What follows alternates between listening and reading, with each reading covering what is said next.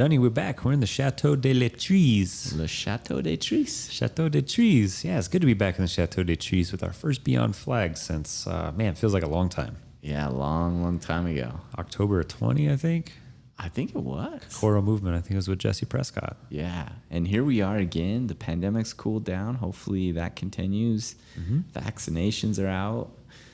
So we're able to interview again. Yeah, it is exciting. We got some ones on the books going forward too. We got some booked. We got this one today that I'm pumped for. I remember reaching out to this person way back in, I think that might have been 2019, and trying to get it to line up, and then the pandemic hit, and it just wasn't possible. Yeah. Wow. Yeah, it's kind of bananas. Well, what do we got for today? Yeah. So we're going Beyond Flag with Colleen Cooley. And typically our introductions, when we introduce people here or at the start of the episode, it includes statements about like their current working roles or their responsibilities. And I think our introductions tend to have a focus on achievement in the individual. Yeah. And I think we should do a little different today. Yeah, for sure. Colleen had a much different style in her approach, right? Yeah. And so it's something that we really wanted to encourage our listeners to pay attention to, and also something that we wanted to honor. With her emphasis or her approach, what you noticed was the like a take on personal history and heritage. Yeah. So she talks about all that heritage stuff for her, which she'll introduce. For now, let us just say that she grew up splitting time between Shonto, Blue Gap, and Flagstaff, Arizona. And she had meaningful connections to the lands, the plants, the animals, and water all around her, and it led to becoming a river guide and a consulting activist. Yeah, and currently Colleen maintains that connection to the environment through her advocacy work, advocating for the rights of the people in the natural world in this area. Yeah. She has a really powerful and important voice. Oh, yeah, for sure. Yeah. This interview was a long time coming, so we were fortunate to share time with her. Yeah, no doubt. And so also be sure to catch the Beyond the Pandemic series, orchestrated by Colleen, in which the topic of incorporating indigenous voices into decisions about the land, including the Grand Canyon, are addressed. 2 episodes in those series have been released, with 2 more on the way. Yeah, so check those out. Those will be in links below this episode, in addition to some other work that Colleen has done. So make sure to check out those links. Colleen said that she would hit us up when she has her website fully developed, and we'll pass that information along too. For now, you can check her out on the IG. And how do you pronounce that? It's at... And I was just saying Ciculio. At someone? Ciculio too. There you go. Yeah. With that said, let's go Beyond Flag with... Colleen Cooley.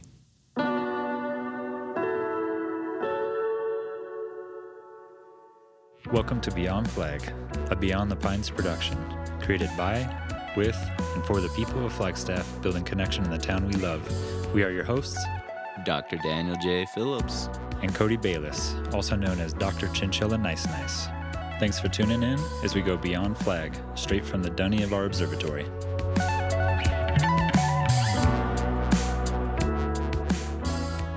Welcome. So we have Colleen Cooley with us. Welcome. Thank you. Thank you for having me. Yeah, for sure. Would you like to introduce yourself? Yeah, thank you. I introduce myself in my own language. Yat she Colleen Cooley Yanishya, Kenya Ani Nishla, look at the Nabash's chin, Twat Haglini a Dashache, Lizalana a Dashanella, Shant Twaha Dan do Beastot is Nadeshki is Dan Nasha. A cut out a dana astonishly. So when I introduce myself to any audience, or even to my dana relatives, that's how we introduce ourselves in our own language to make relationship with each other, and also to let other people know about how we identify ourselves as Navajo people through our clans. And that's how I identify myself as a Navajo woman. So what I mentioned is I am Towering House, born for the Reed People clan, and my maternal grandfather is Water Flows Together, and my paternal grandfather's clan is Many Goats clan. And I talked about where I come from both my mother's side and my father's side. And that is from Shonto and also from Blue Gap, Arizona. All right. And so for our listeners, first off, thank you so much for joining us. For our listeners, would you be willing to share where is Shonto and where is Blue Gap? Yes, Shonto is located in the northern part of Arizona. I think a lot of people maybe have traveled on Highway 160 between Kayenta and Tuba City, so it's about midway through there, and you'll find Shonto in that region. Blue Gap, not many people are familiar with it. I don't think a lot of tourists or people drive through there. So the closest big town I would say is Chinle, Arizona. So I think some people have gone to Canyon de Chelly National Monument. So it would be probably maybe an hour. Which direction would it be? Kind of south west of Chinle. So, yep. So now you know. Yep. There you go. And so you spent your time growing up in Shonto. Mostly, yes. And so that's on my father's side. They decided to move there. Usually it's the other way around with Navajo culture, is you move to where your mother's side is from. But I guess my parents decided to do it the other way, and that's okay. So I grew up in Shonto and also here in Flagstaff as well. So kind of a split between both places. Okay. And can you share with us what that was like, I guess, splitting time between Shonto and Flagstaff? Yeah, what I tell a lot of people is probably about half of my life I spent growing up in the dormitories, actually. Because my parents and a lot of families on the Navajo Nation still do not have access to running water and also electricity. But it has progressed over, I think, the last few years more so.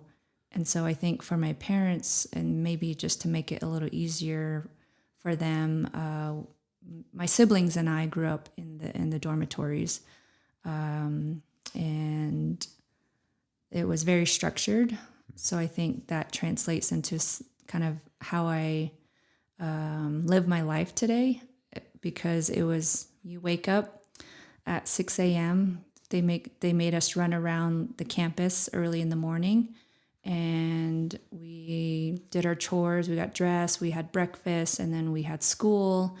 And then after school, we had, homework time. And then after that, it was bedtime. And it was just like a routine every day. And then after that, I went, my parents thought that coming to Flagstaff, there was a better education for us here in Flagstaff at the high school. And also they have a dormitory available for students that come off the Navajo, Hopi, and Havasupai reservations. And so we can just walk to school as well from there. Same thing. It was kind of structured in that way. We didn't have to run in the morning though, but we still had the chores, and we still had to do, homework time, and also I think, for some people, and for me, I also grew up playing sports. So basketball and volleyball. Okay. And were you at Flagstaff High then? Yes, I was. Okay. Yeah. So go Eagles, huh? Yes. Yeah. And then you were staying in the Kinlani? Kinlani dormitory, yes. Yeah. Okay. Mm-hmm. That's right down the road. Yep. Yeah. Yep. Did you miss running? No, actually, so that's funny because my running journey didn't start until about 5 years ago. Oh. I didn't like running when I was a kid. Yeah.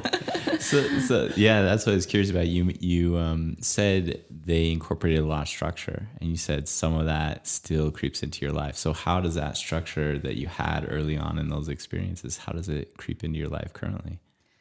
I think just kind of the way I move through the world, or it might be portrayed onto my niece and nephew, talking to them about the importance of doing your chores, and then you can, play later or something, that has to be incorporated in there. And that they can do it on their own, even at a young age, washing their own dishes, for example. I mean, we didn't have to do that in the dorms. I think I learned when I was, 10, 11 to do my own laundry, those kind of things. And I think just getting up early. I mean, I wasn't really a morning person, I think, during after high school, because I kind of had the freedom after high school being in college, and I was on my own time. But I think it was more in the last 5 years or so, and I started, I think I was like this morning, I woke up with the sun or the light at 5 a.m. this morning, and I just like to get an early morning start. Yeah, great. Yeah. I was curious with that is just like, we follow you on Instagram, right? And I see you traveling around a lot, camping a lot. It looked like you were on the river recently. What does your life currently look like? I tell people that I live an unconventional life, so meaning that I don't stay in one place for too long. Yeah. And part of the year I live, sometimes in my car, traveling to different places, seeing different places, and keeping it pretty simple. So, for example, this past weekend, I was down in Page Springs area along Oak Creek and camping out, with my sisters and my sister's kids and their friends. And this week, for example, I'm going to be headed back up to Shonto, and then the following week I'm going to go on a river trip. So it's kind of dependent week by week. It kind of varies, but I think during the pandemic, within the last year, I did stay home a lot.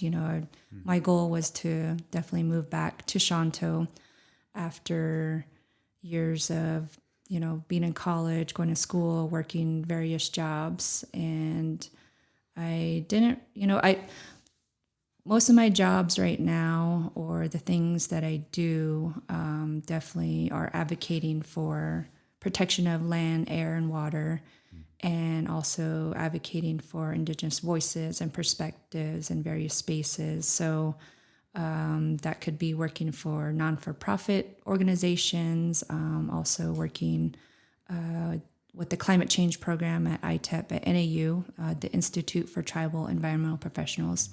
I'm just interested, I think, in a lot of different things and topics, and what different organizations do. So I haven't really stuck with one entity. Yeah. What entities are you currently working with? So are you still working with ITEP, and then what others, if so? Yes, currently still working with ITEP, just working part-time with them. As I mentioned, they have a tribes and climate change program, so I do a lot of research for them. I am actually on a path of creating my own consulting business. So over the years, I've, enhanced my skills around facilitation of different events and meetings, community meetings, for example, or board meetings, strategic meetings. And so I think last year during the pandemic, maybe for many people as well, I think it really sparked people's creativities. And so, it was a vision for a long time for me to start something on my own around event planning, for example. But so currently I have contracts with the Grand Canyon Trust. Just signed one with Sierra Club to put together a Native American land rights gathering later in the fall, and another one with I forget what the foundation was, but it's basically to facilitate film screenings for the film Inhabitants. So that film is a documentary film that follows 5 indigenous tribes, and they kind of speak to their culture and their food sovereignty, and just their traditional way of life, and sharing that with the world. Yeah, and you're organizing screenings for that? I've seen the trailer, but haven't been able to see it yet. Yeah. Yes, definitely. So right now they're only wanting to provide it for tribal entities, universities, organizations, or communities for free. And I'll be organizing those screenings. And then they want to host 5 different events that feature some of the people in the film, and then we'll do like panel discussions with them throughout starting this month through November. So, Well, congrats Yeah, on thank starting you. your consulting stuff. That's stuff you were organically doing. So one way I became familiar with you or more familiar with you is watching 2 live streaming events you hosted Beyond the Pandemic 1 and 2. And it seemed like you organized or emceed that. Were you the impetus behind getting those together? yeah, pretty much. Actually, it started from this notice that went out from the Havasupai tribe. And this was actually about a year ago this month. So June of 2020. And they put out a notice asking, the boaters passing along Havasu Creek along the Colorado River. They asked, nobody to hike up or stop there. And I think a lot of the private boaters maybe, or even commercial trips. I mean, there was not many trips running at the time, but I think there was sort of some... Rogue. Yeah, so there was some, what is the word that I'm trying to look for? I don't know, it just created some conversation or discussion on Facebook, actually.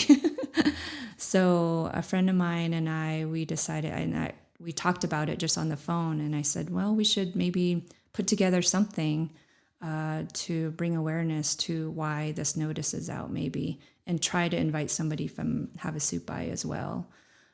So with my friend's help, Serana Riggs, she's with Grand Canyon Trust, a really good friend of mine.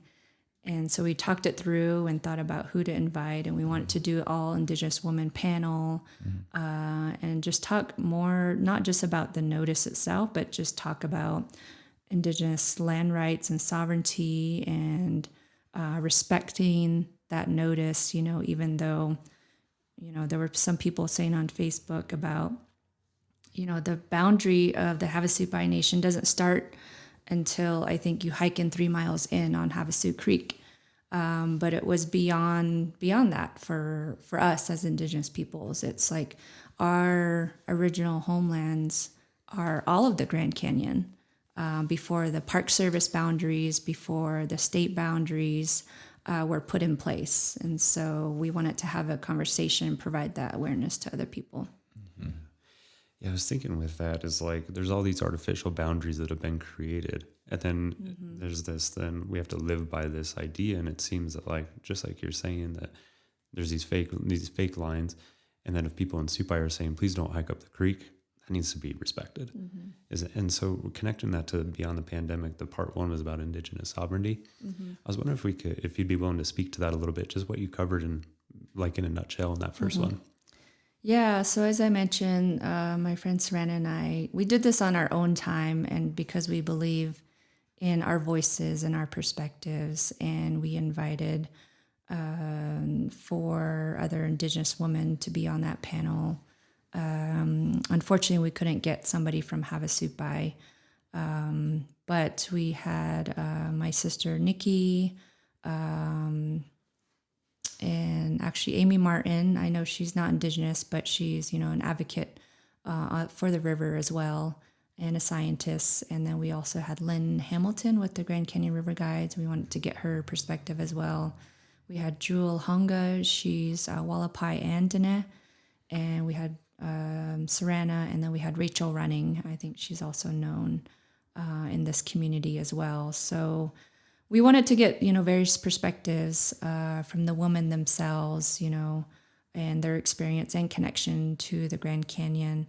And also for me as a facilitator, and even before the pandemic, for panel discussions, I was trying to be more engaging with the audience, because for me, I think just having a question and answer with the panelists without engagement with the audience is boring to me. So that's one of the reasons why I got into it as well, is like, what does the audience think? I want to engage them. They're listening. They're here, taking time out of their day as well. Or even at a conference, they're taking time away from maybe another workshop they want to attend. So I want to engage them. So that's what I did. I had some flexibility via Zoom, and ask questions to the audience, about where they're coming from as well, because we can't see them. If anybody is familiar with the Zoom webinar, you have some restrictions there. You can't see the other people tuning in, really. So, but yeah, the conversation was, the woman's connection to the Grand Canyon, their experience, and their thoughts around, indigenous sovereignty, what that means, what that looks like, and the boundaries, or artificial boundaries, as you mentioned. Just speaking to that, there's a history there that's not told in a lot of spaces, even for visitors visiting the Grand Canyon National Park. That's not really in the pamphlets or, at the visitor center. I can't quite remember what's, available to them, but that's what we wanted to bring to light. John Wesley Powell's not the first person that explored this canyon, right? So there's a history there that's, it's there, but it's not, available for everybody to be aware of. So we wanted to bring some of that to the conversation as well. Yeah, it doesn't get disseminated as much. This was so great. I forget the full name, but there was the intertribal communication group, or the intertribal centennial conversations I was a part of as well. Yeah, and so that they actually talked about phases of things you could do, and phase 1 was like basically just providing more education and changing names, which seems like a easy like an easy thing to do, just to provide that connection to the history and heritage to that place. Yeah, one of the names was Indian Gardens, right? Changing that to Havasupai Gardens, I believe. Yes, yeah. So that was from Havasupai community members themselves. They said they want to change that name. Yeah. And so hopefully through more conversations and building and maintaining those relationships with the Park Service, hopefully that will change as well. Is that, I guess I'm wondering from a process standpoint, because I hear Dan saying this, like, it seems like a stroke of a pen could change this in a lot of ways.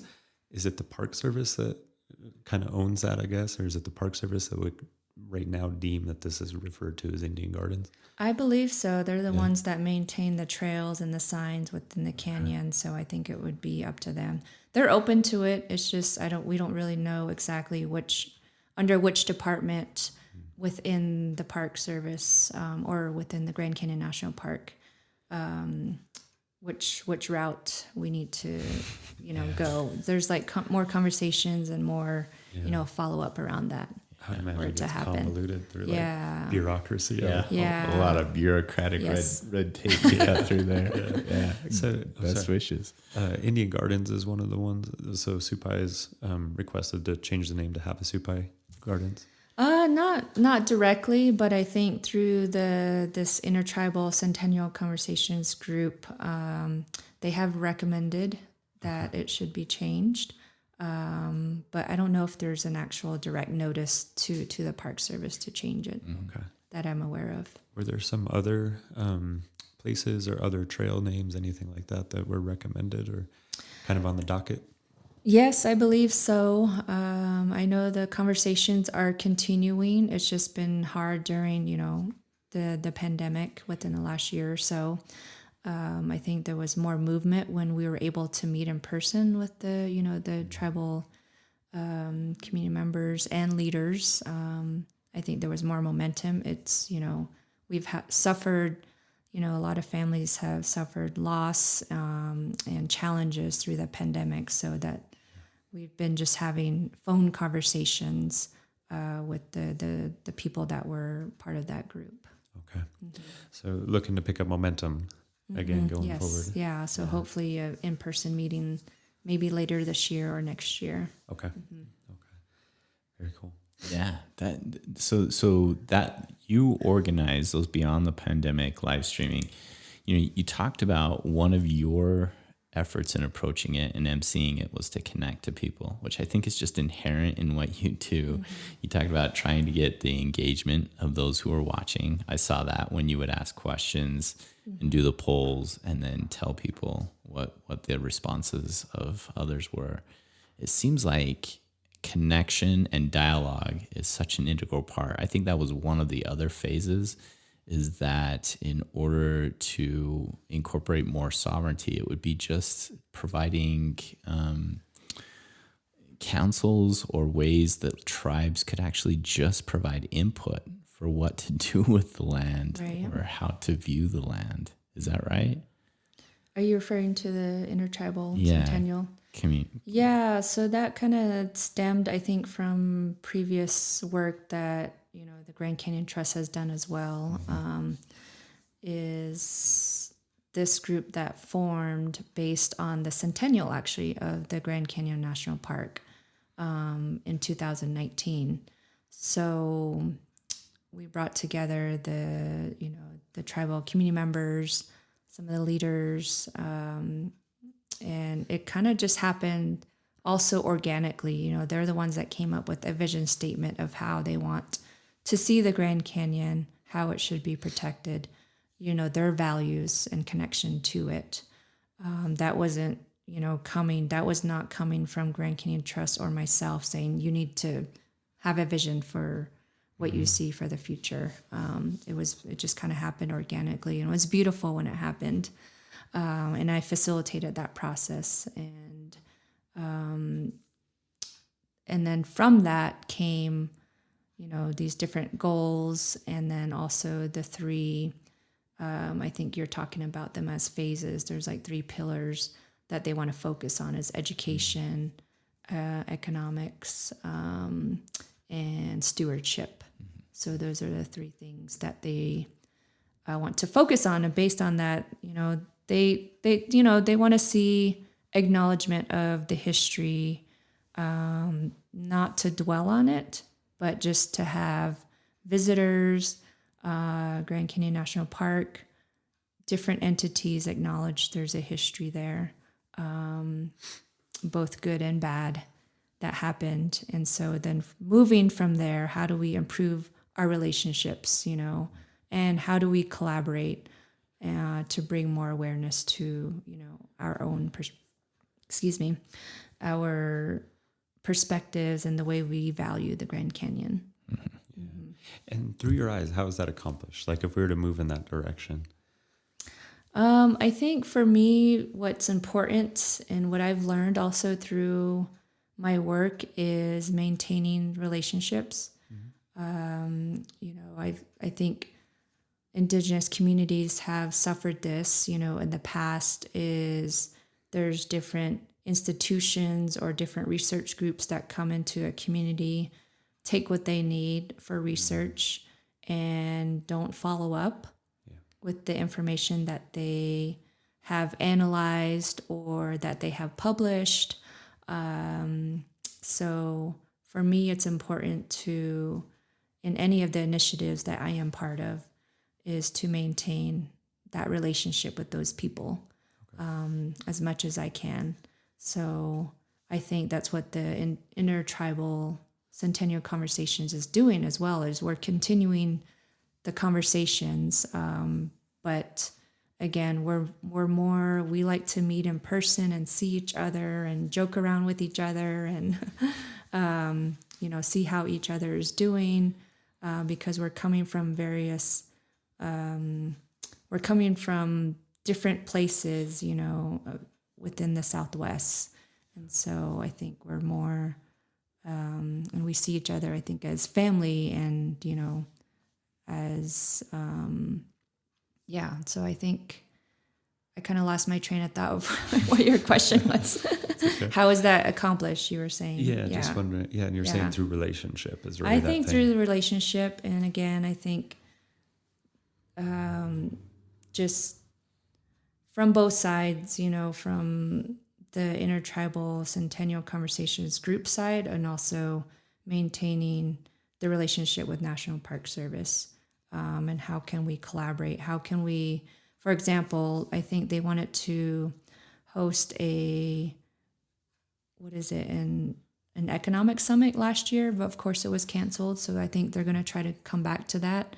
And maybe they'll do that at the Grand Canyon. But again, it's like we need all parties involved. And so I think that's the way to move forward. Okay.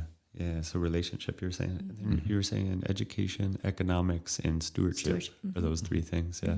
The economics piece sounds really important. Yeah.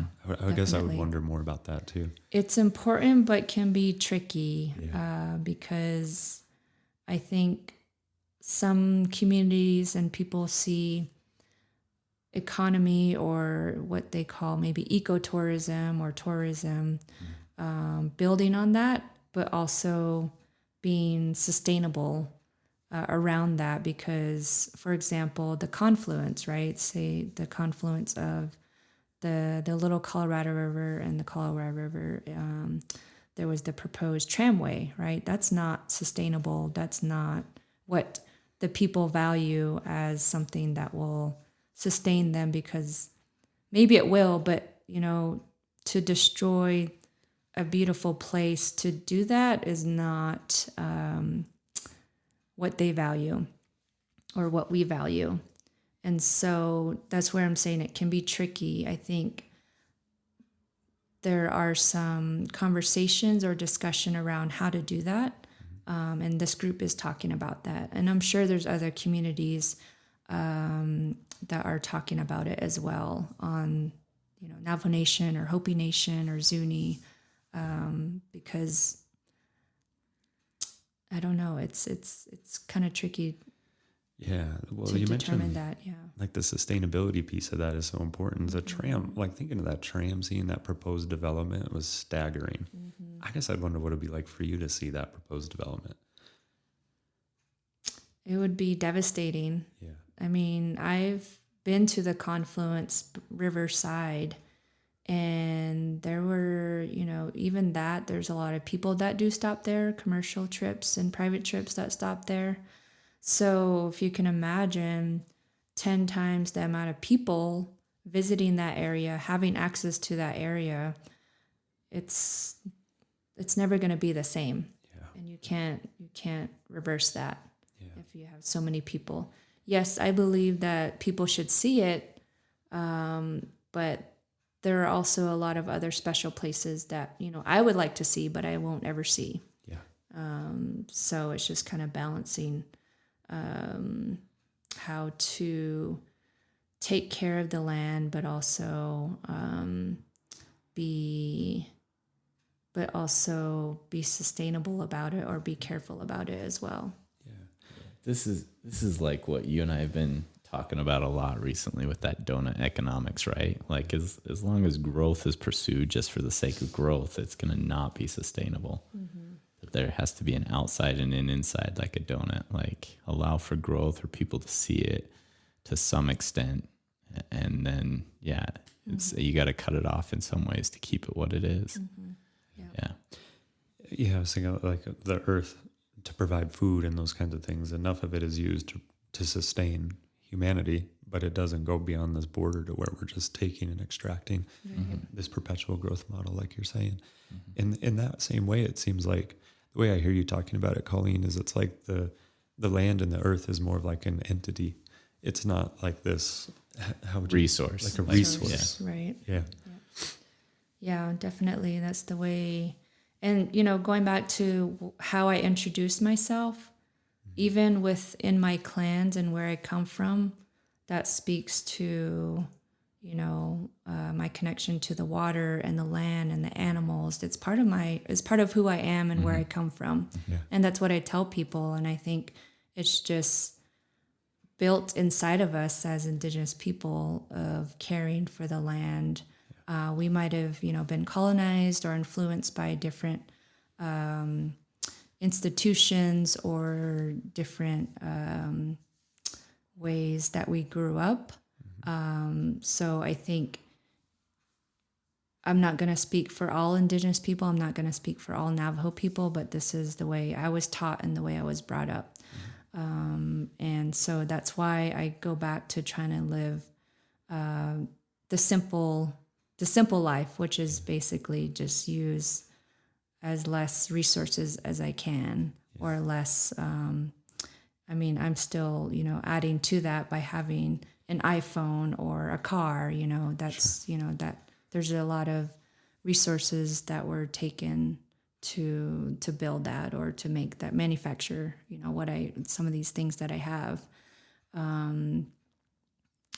But yeah, I think that we don't see it. Yeah, we don't see it as a resource. It's more living beings. They're our relatives, and so we have to take care of them as well. Yeah.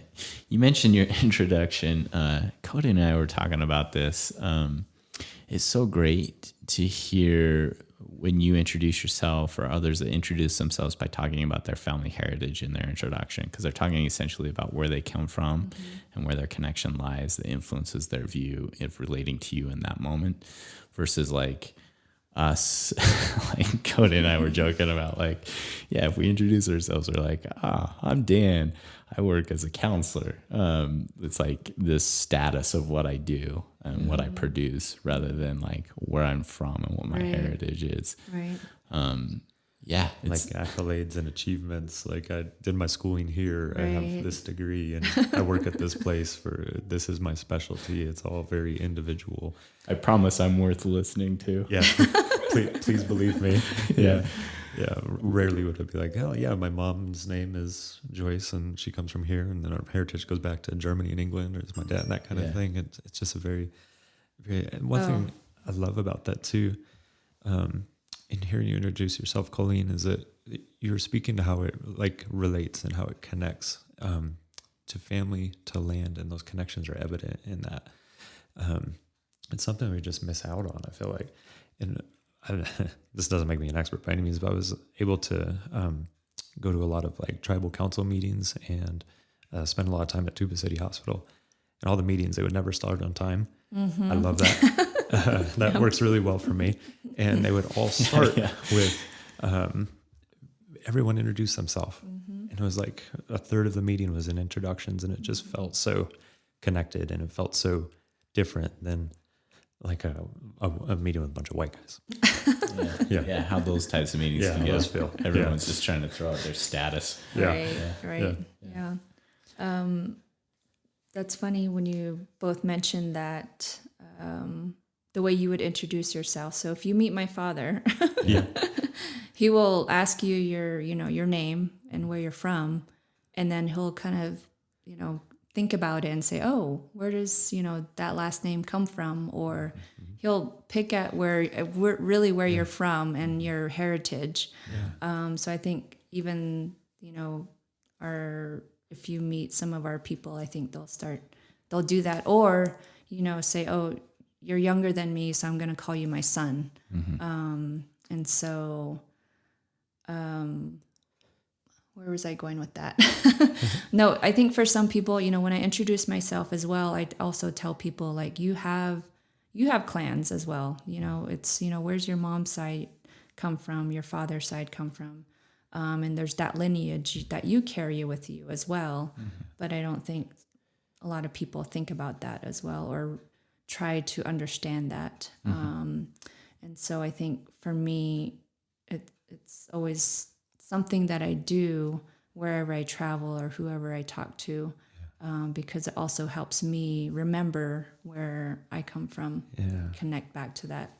Oh, I think it's great. Like, I think it speaks to heritage rather than like what I produce as an individual, which I think is just framed in so much of our economy and way of Western thinking. It's like, where are you from rather than what have you come to produce?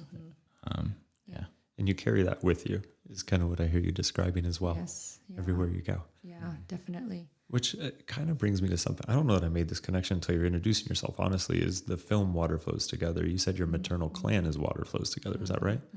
Was that intentional, I'm assuming?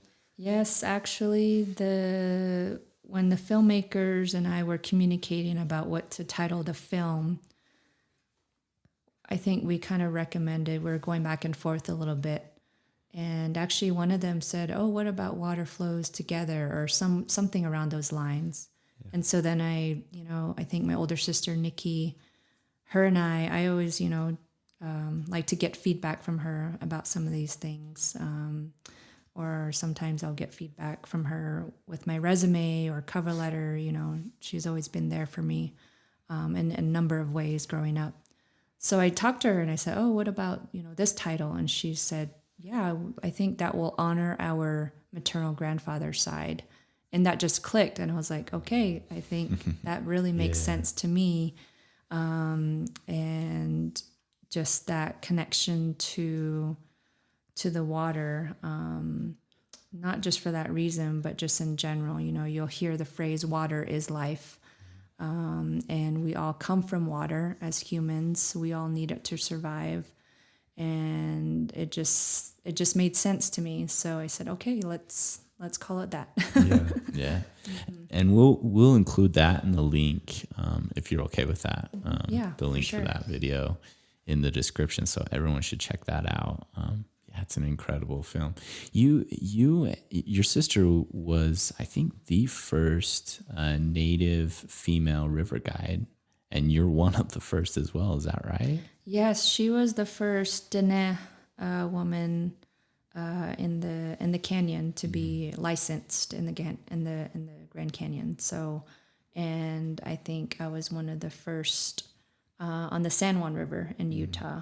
So I'm sure we're talking about just becoming licensed, not the first ones that have flowed down the river. Yeah. So there's many that have come before us, and we definitely acknowledge that as well. So yes. Yeah. Very cool. In that film, I think the phrase something to this effect gets used, and it really stood out to me, was that like the land is not a playground, something like that. I was wondering if you could speak to that a little bit. It seems to connect a little bit to the first, the indigenous sovereignty thing as well that we were talking about earlier. Yeah. I think that, I think both my sister and I have mentioned that in various interviews. And for us, I think that means not viewing it as a place where you can just play and, how would you say? So if you go into an actual playground, you're just there to play, then you leave, right? You might leave some trash behind, or kind of distort the landscape a little bit. So I think for us, and what we refer to that as is, it's a special place. It has its own teachings and stories behind it, not just for us as Dene people, but also for other indigenous peoples that have lived through or have migrated through, the Grand Canyon, for example, or all the many communities that have lived there or survived there. And so, for example, going back to the confluence in the tramway, that could be seen as just, having easy access to, and it's kind of like building a playground into a really special place. And so we don't want to see that. And again, we speak only from our own experience and what we were taught. I know there's others that view some of these outdoor spaces as a place to play, or, to train for races or those kind of things. And I think it's, when I'm outside, for me, it's, stopping to, smell the flowers or see what kind of critters are nearby. Even when I'm running, I can hear the lizards, kind of scramble through the bushes or something, that there's life there. I don't think some people realize that, there's so much life around these places along the trails. And we're not the only ones, moving through the world that are alive, right? And I think we forget that because we're just always inside a box between four walls, and we're building more boxes around us and more concrete around us. So we're pushing away those lizards and other living beings, or destroying the trees to create a building or something, or roads. And so we're pushing those things out. And I've seen this as like some people during the pandemic, some of those wildlife were coming back into the communities, people's backyards, and you could hear the birds, or there was images of some waterways that were clearing up, or the sky was clearing up. And it was like some people were freaking out that there was, I think, a mountain lion or something in their backyard. It's like, this is their home. Yeah. Yeah. So I think a lot of people tend to forget that. Yeah. I almost think of it in terms of extractive economics again, like recreation is like, I'm just going to extract fun from this, or pleasure, and without considering any sort of connection or relationship to the land, and honoring or respecting what was already there. And like you were saying, lessons and teachings that are kind of baked into the land. Again, yeah, it just seems like it's easy to look at it like, how do I take fun from this place, and then sort of leave it behind and go. Right. Yeah, which it becomes a little ambiguous, but it's like this qualitative difference mentally you're describing, or not even just mentally, but just essentially what you're describing is some of the, like, you can go recreate in these places, but the way that you think about it maybe is the qualitative difference, or just the respect to why you're doing it, realize the connection you have to everything going on around you, the ecosystem and everything around you. Right. So it's like this qualitative difference. Is that right? Or I think so. So I think, for example, I would see maybe Snowball, for example. I think I would see that more as somewhere where people would go to play on the snow, play with their skis and snowboards. And they'll do it maybe every other weekend or every weekend when they can, when there's actually snow. And I know they do make snow up there now. But, for some of us, we see it differently. It's not there. We're not going there to play. We're going there to provide our offerings, for example, to the mountain. It's sacred to us, one of our sacred mountains as Diné people. So I think in that way we see it differently, or have a different connection to it. And again, I'm not speaking for all Indigenous people or all Diné people, because there are some of our own people that go up there to go ski or snowboard, and that's okay. So everybody is coming from different backgrounds and spaces, or different experiences as well. Yeah, it seems like an awareness of that connection really informs how you approach it. And like you're saying, you don't want to speak for all folks who are Indigenous. I guess I would wonder your personal perspective on Snowball, or what's best for the place or for the land up there, or if you could speak to your connection even with the mountain.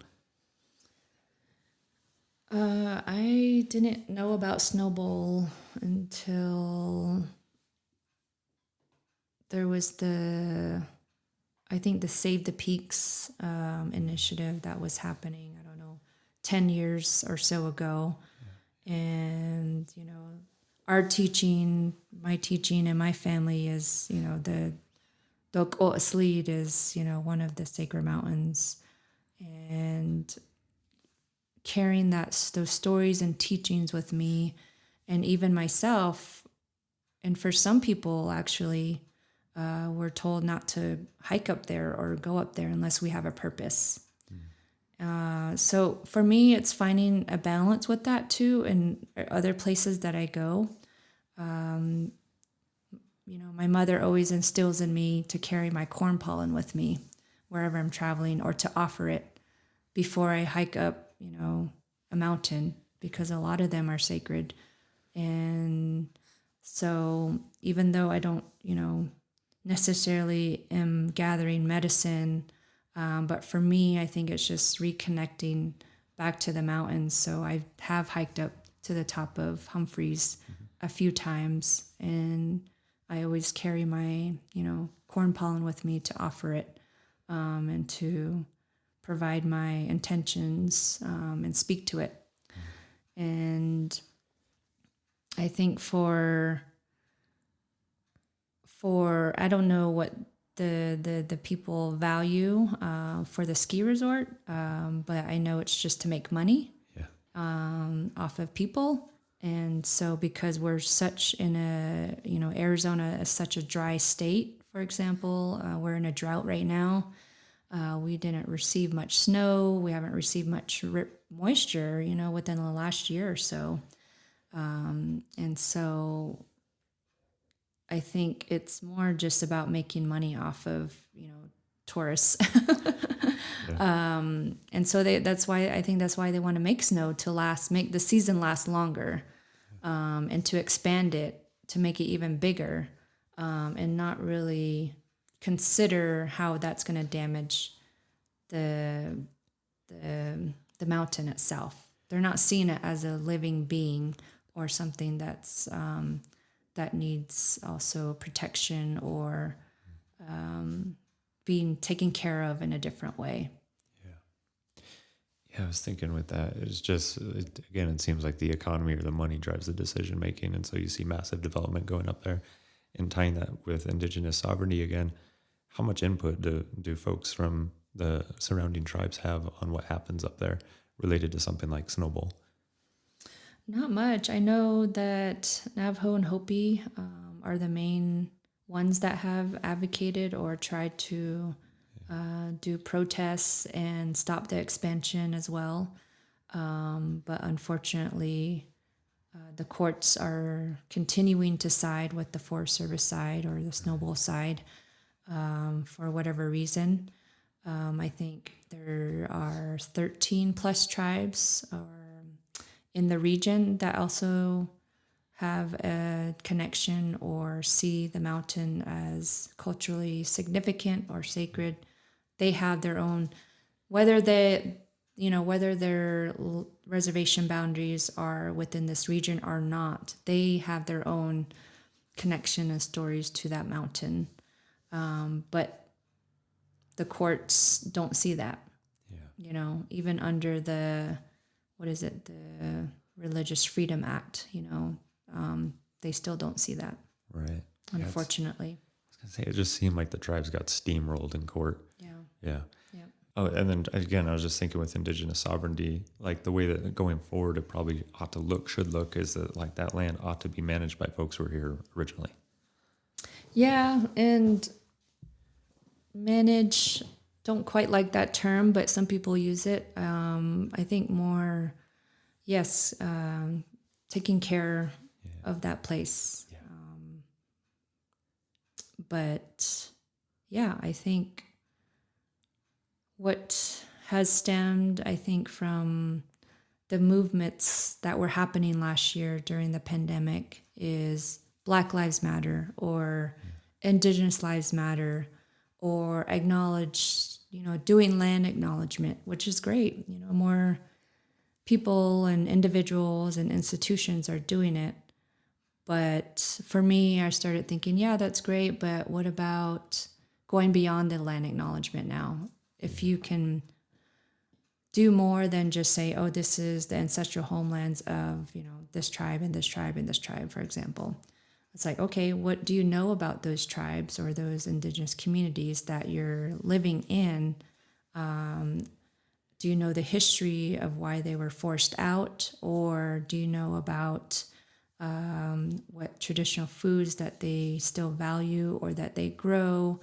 Or do you know the issues that they have been faced with, how they're addressing it?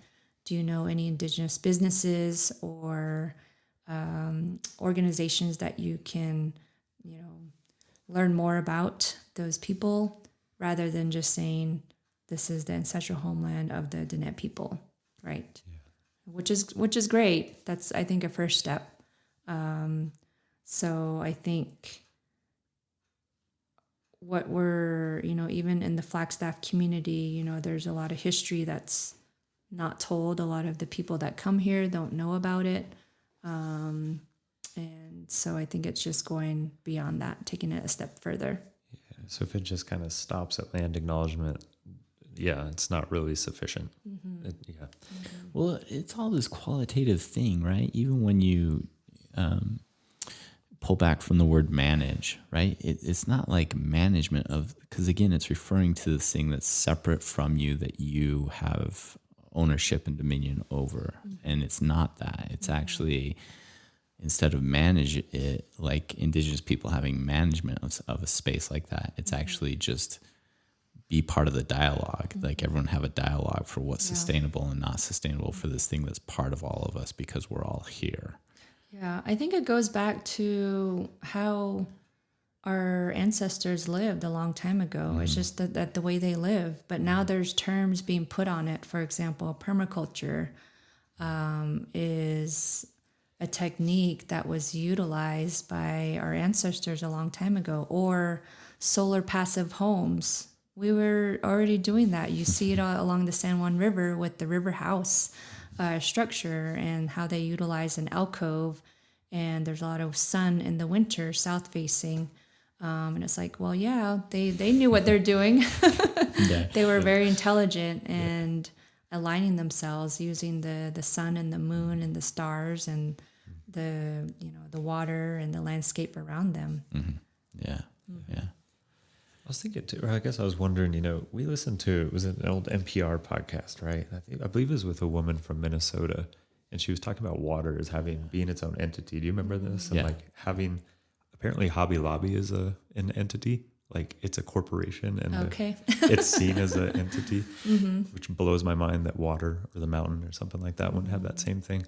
I guess I was wondering if that in some sort of way is a bit of a solution or a way to go forward, would be assigning a status to land, to water, in which it is its own thing. Actually, I don't know if this is what you're referring to, but there's the Klamath River, I believe, and also there's several rivers in New Zealand, and also wild rice being designated as a personhood, an entity or personhood, so that they have their own rights because they can't speak for themselves. And so if it's taken to court, they have their own rights. Is that what you're referring to? Yes. It is. Yes. And she's based in Louisiana. And she's a lawyer trying to get rights, water rights for entities like that. Same thing. Yeah. Those are neighbors, right? Minnesota and Louisiana. Yeah. Same. In terms of they're both on the same continent. Sheesh. Yeah. They're all connected. Yeah. They're all connected. Things like that could be really helpful. It almost makes you cringe listening to that, though, because I think, well, then we're taking these things and we're trying to put them in our boundaries again. Like we're giving them lawyers the way that we have lawyers for each other. We're creating those arbitrary boundaries that you referenced at the start. It feels like we're pulling them into those arbitrary boundaries rather than meeting them outside of those boundaries, to me, like listening to that. Yeah. Which I don't know a solution for, because, people seem willing to treat the world as a resource. So you got to respect that's a reality. Yeah. But it's tough to listen to because it's doing the opposite of qualitatively what you're really talking about. The realization that we're all connected, everything's interconnected, and respecting that, and all these arbitrary categories and boundaries and boxes that we place, we fabricated those. Yeah. Yep. Yeah, that's a good point. It kind of pulls it into the system opposed to freeing it. Yeah. I wish I had a suggestion for how to advocate for them without doing that, but I don't. Yeah, I know it's unfortunate that it has come to that, but I think for some of these places or riverways or foods, I think they need to be protected in some way. And if it's not being protected under certain laws or indigenous sovereignty, then maybe that's the way we're moving. Yeah. That's what you have to respect. That's the way it is. Yeah. Wow. Powerful stuff. Thank you so much for spending time with us. Something that Cody and I have asked others when they come on is just to define how they relate to Flagstaff or to the surrounding area. So in a couple of sentences, how would you define or describe what this area is to you? Well, as I mentioned earlier, I first came and spent a lot of time here in Flagstaff in high school. And for me, I didn't really have a direct connection at the time. I think I was just here for school. And I think when I got older, I realized this is part of our homelands. We're within our sacred mountains. Those are our boundaries as Dene people within the 4 sacred mountains. But for some, there's 6, there's 8, depending on who you ask. And so those are the boundaries that I was taught to come back to or to connect to. And so I think it wasn't until I got older that, I had more of a connection to this place. And I always come back here. I've gone off and lived in Colorado. I've, been a guide in Utah. I spent a lot of time here in high school and college and for work as well. And I always come back here because I still have family and friends here. So that's my connection to it. But even Flagstaff is growing, because we have the university, and I don't really like to see all the development happening. And it seems like it keeps getting more busy every time I come back. But I really appreciate the community. I know we lost some people in a bike accident recently. And that was really, I think, sad for some of the community members here. But from that, it really created this community is there for each other in that way. I think there's a lot of businesses and individuals that stepped up to sort of be there in support of each other. And so that's what I like about Flagstaff. We are growing, but we're also still a small community, and we can be there for each other. So I really appreciate that. And just like access to the trails and access to, other places. I mean, Arizona in itself is very diverse. And so I think Flagstaff is kind of a central area to have access to also Shonto, where I grew up, the Grand Canyon, Sedona, and other places. So I think I'll keep coming back. Yes, absolutely. And Colleen, before we wrap up, first, I want to say thank you so much for taking time out of your day to sit here with Dan and I. It's been a pleasure to hear from you.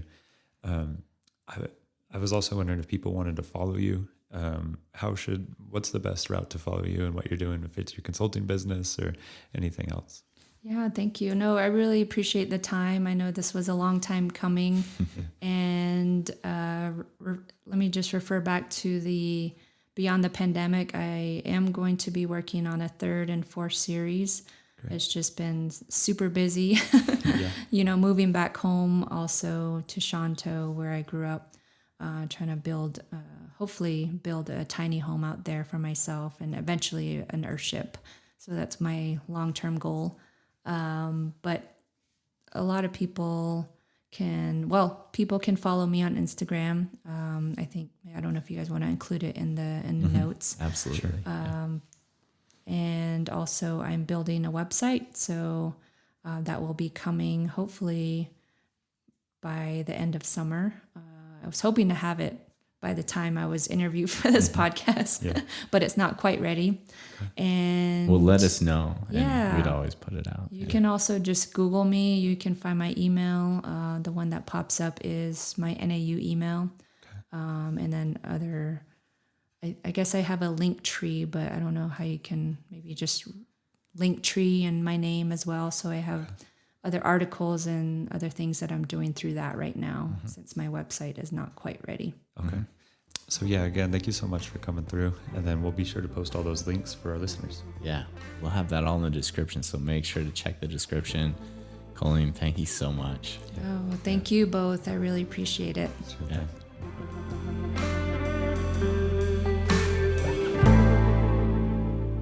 All right, we did it. We did it, man. Colleen stepped out. Like a couple of real professionals. Our first interview in quite a while. Yeah, I mean, rusty professionals. That's like, rusty is a really good description of that process. And professional is a way overstatement of what happened for us. Rusty, I think, is also an understatement. Rusty's an understatement. So we have kind of an understatement and an overstatement in both words there. Well, let's walk everyone through a couple of the highlights of our rusty professionalism. Yeah. So we couldn't get the headphones to work. That was one. Yeah. So yeah, for our listeners, we've already communicated. We moved into a new spot. We've also upgraded our equipment because the last stuff we've basically broke it all. Okay? We have 1 out of 5 microphones that works. Oh man. So we upgraded our equipment, and we're pumped to get this going. So Colleen shows up. The headphones aren't working. Is that right? Yeah. Which I have no idea. I was using it literally just minutes before she showed up. That reminds me of Vince, the Vince episode. Yeah. Oh yeah. Right? When Like, one mic wouldn't work all of a sudden. Everything was fine, and then we showed up and walked into the room, and it didn't work because I tested those headphones earlier, and they had been working. Yeah. So we the headphones weren't working. It goes to the point where I ask you for your your iPhone headphones to see if those work. Yeah. So for our listeners, again, if you're a GoPro, something you would have seen is Dan plug in a pair of wired Apple headphones into a 1/4-inch adapter, and then plug that into a mixer, just like a real professional. Also, that didn't work. And that also didn't work. Finally, we got kind of square just by switching jacks. I don't know what's wrong. I'm hoping jack 1 will work at some point. Yeah. We'll see. So that was our first. That was the Faux pas. Yeah, first faux pas. Just stepping into the thing. Yeah. What else was there? There was the issue taking the pictures with the phone. Oh gosh. So then afterwards, man, Colleen is so patient. So then afterwards, all we're trying to do is take a picture. Dan and I are in this new space. It's still not really set up. We haven't dialed in our processes yet.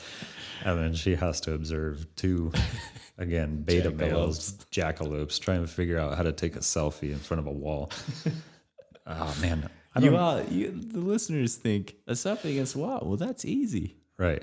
It's not. Anything where Dan and I are trying to use our heads to make a decision is not an easy process. So just like figuring out where to take a picture, how to take the picture, what furniture we need to stack on each other so that we can prop the phone up, all of that stuff. Meanwhile, Colleen's just kind of watching us. Kind of like I got things to do. Yeah. So basically from start to end and everything in between was kind of like that. And Colleen, like you said, just uber patient, kind, generous. Yeah. Yeah, kind with her time, just generous and polite and cordial. So thank you so much, Colleen, for putting up with us. Yeah, and on that note too, like she showed up, man. Like she was LeBron James, right? You and I were like a Mark Gasol and a Schroeder. She just blew it away, right? Like so much insight and awareness. For me, the thing I really want us to emphasize the way that we experience these people. It's so great to meet with people in person, and in listening to her, I think the way that she connects to herself and others is so evident in everything that she does. So one, in the content that she's sharing, but also the way that she goes about sharing it.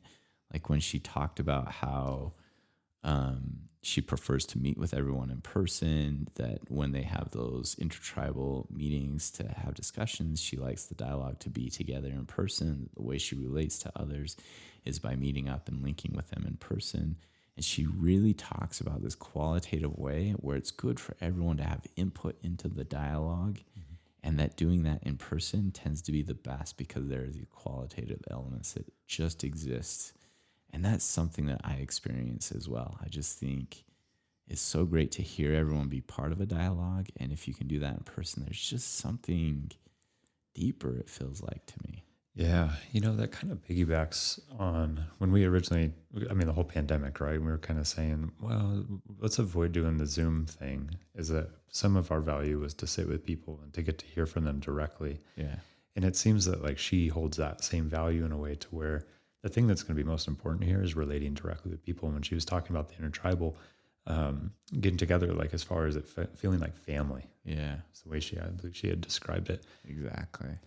Man, and she really talked a lot about, again, just kind of going back to connection and connection to the natural world. Yeah. It's just evident, everything she was speaking to. Yeah. And I was really just like engaged when she was talking about education. She was talking about economics. She was talking about stewardship and how all of those are important to consider in making decisions about how we move through the world, basically. Yeah.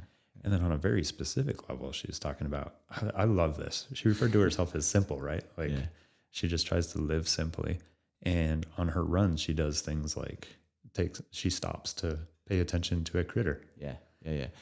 When she was sharing that, I kept going through my mind. I don't know if you've ever had this experience, but when you're on the run, it's weird. Those lizards, they're teeny, but they make like a disproportionate sound running through the bushes. Have you ever had the experience where like you're on a trail, you hear a lizard, and then you're sure it's like the size of a mountain lion? Yeah, you're like kind of jumping off the trail. Yeah.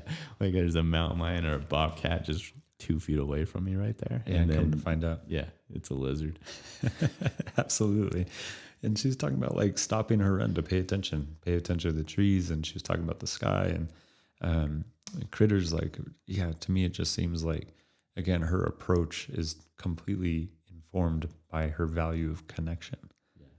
With an ambiance that highlights this reverence for the thing that she's in and the way that she relates to it and it relates to her, and it being like the ecosystem, the world, the plants, the animals, the ground, everything around her, the water.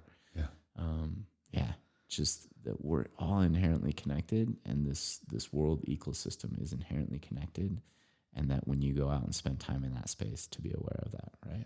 Yeah. I really appreciated hearing from her. Yeah, it was great. Well, why don't you take us out by shouting us out? No doubt. You can always find us on our website, www.beyondflag.com, flag spelled FLG. And then you can hit us up on the Instagrams. We're trying to pick it back up here, but beyond_flag. And then you can always find our fine Twitter account, also beyond_flag. Yeah. Take care. Lovies.